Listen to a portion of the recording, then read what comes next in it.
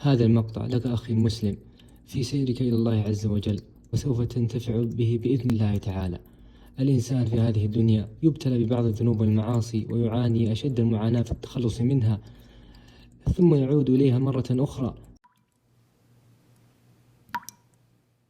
فتجده يقدم النذور ثم يعود فيزيد كربا ويزيد هما وغما فوق هم هذا الذنب الذي عجز أن يقلع منه. فما العمل؟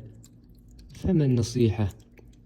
وقفت على كلام في غاية النفاسة لصاحب كتاب منازل العباد من العبادة للحكيم الترمذي.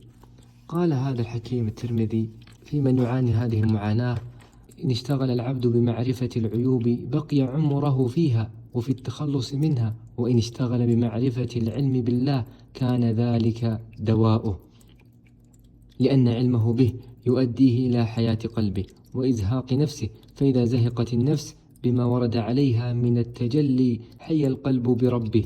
فلذلك الحكيم الترمذي يحذر من الاشتغال بهذا الذنب الذي عجز الإنسان أن يقلع منه.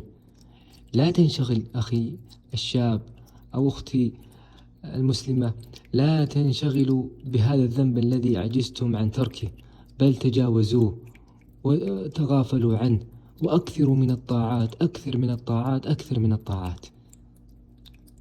ولا تذكر هذا الذنب في دعائك ولا تذكره في استغفارك، فإن بعض السلف يقول: أشكو إليك حاجة لا يحسن بثها إليك، وأستغفر الله منها وأتوب إليك. فلا تذكر هذا الذنب في دعائك، فإن من كمال الحياء ألا تصرح بهذا الذنب. ولذلك أخي المسلم، انطلق في الطاعة، انطلق في العبادة، لا تلتفت إلى الوراء، لا تلتفت إلى هذا الذنب، فإن الشيطان يجرك إليه حتى في استغفارك منه. يريد الشيطان أن يوقفك في سيرك إلى الله عز وجل ويجعل هذا الذنب عقبة كؤود، فإنك إذا أطعت الله عز وجل وأكثرت من الطاعات زاد نور الله عز وجل في قلبك وأحرق الشهوات، فبذلك تتمكن من ترك هذا الذنب.